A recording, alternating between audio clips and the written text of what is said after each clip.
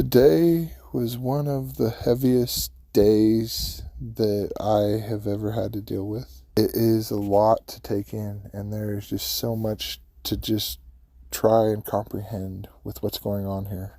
But above all, I noticed that there's just something beautiful happening here. It's a sense of community and a sense of people just coming together and working together, and just beautiful golden hearts of people that just want to give and help those in need, and just everybody coming together and working together in just absolute chaos and the most crazy chaotic situation, but still adapting and overcoming and just digging out and being tough and loving and compassion. It's so much to take in, and it's truly beautiful, and it's really amazing, and it's hard to witness in such a time of destruction and heartache. But the silver lining is that all the bullshit in the world and all the anger and the hate that they push on us, none of that matters. None of that matters anymore.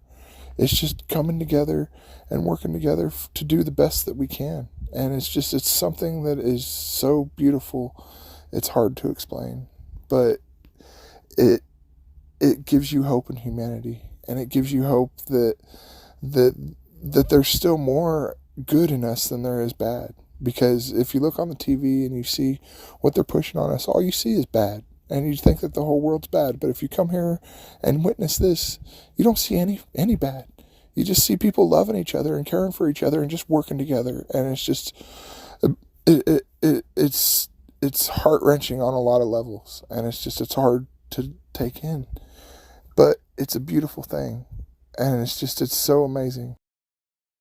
It just really goes to show the best of humanity, and that's what's out here right now, and that's what everybody's doing. It's just the best of humanity is pushing and working together to just try and help everybody out, and it's something that's truly amazing.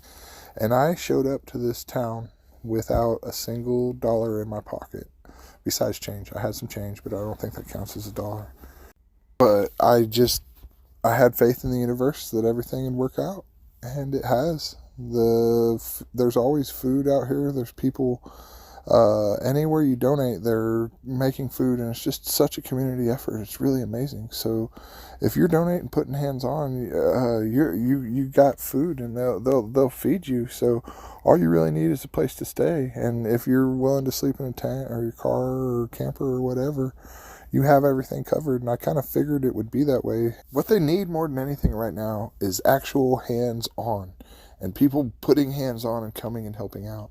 And so, if you have the opportunity, just bail out here and plan a place to sleep. If you can bring something to sleep in, and just figure up enough gas to get here and back, and from there, the food is covered, and it just show up and work. They need somebody to work, and everything will work out. I promise you.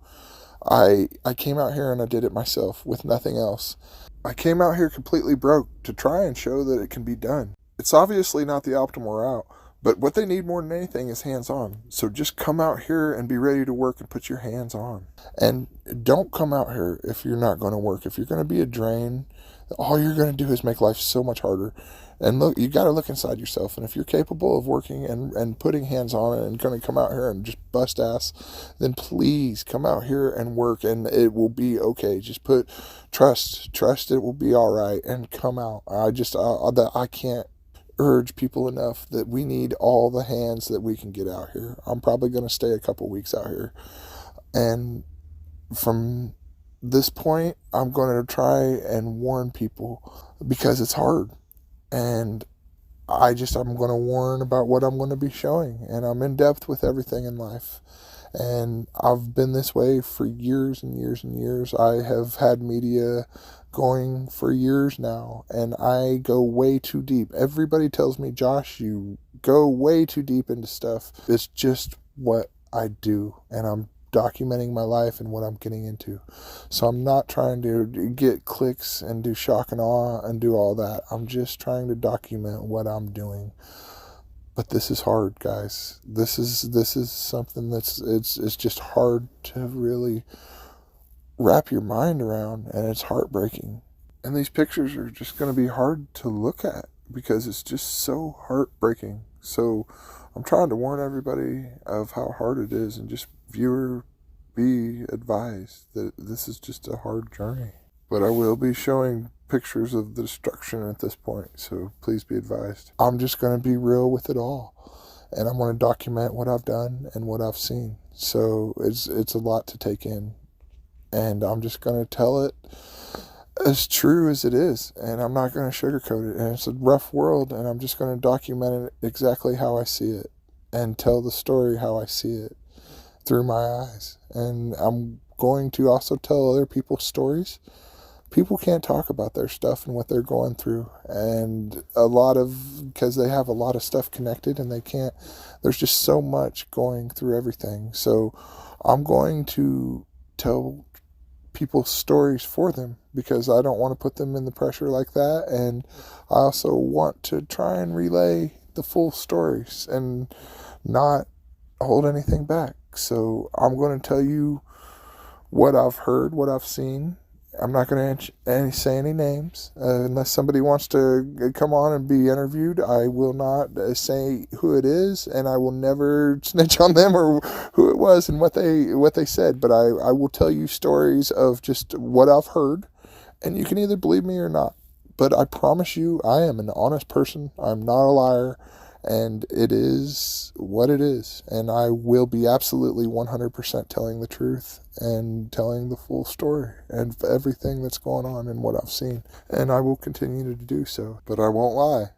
I am struggling massively with showing the videos and pictures that I've taken, because it's just such a deep, heartbreaking deal. But like I said, I'm going to tell the whole story, and I guess I should start with one of the first things that I was told when I got here, and I was just talking about how hard it was watching all of this and seeing it all, and the gentleman told me that he had been here from the start, and it was way harder than what I knew, because in the beginning, the trees were just, you can look in the river and see all the trees that are washed up and broken down and just everywhere. And I guess they were pulling people out of the trees that were just so high up in the air, and it's just hard. There were so many lives lost here, and so much destruction, and so much of their stuff lost. It's just so sad. But at the same time, I struggle, because I think people need to see how bad it is in order to comprehend how much these people need help, and how badly they need everybody to try and come help them, and how much of a necessity it is right now. There are camps, churches, and just places to go everywhere. And all of these camps are very welcoming, and everybody is really welcoming. So just come out here, find something that fits you, and just go to work. There is a need everywhere. Bring donations, but whatever you do, do not bring clothes. They have way too many clothes. Do not bring clothes. I encourage everybody to try and make it out here. And I'm going to include a picture of a sticker that a gentleman gave me today, and it really stuck with me. And it said, "Live on purpose," and it just has that double meaning, and it really just hits deep to the soul. But I think it's a fantastic metaphor, and it's just a beautiful thing. So I want to conclude this video with just telling everybody I just appreciate you all, and thank you all for keeping up. And I'm going to have more coming, so please stay posted. Thank you all.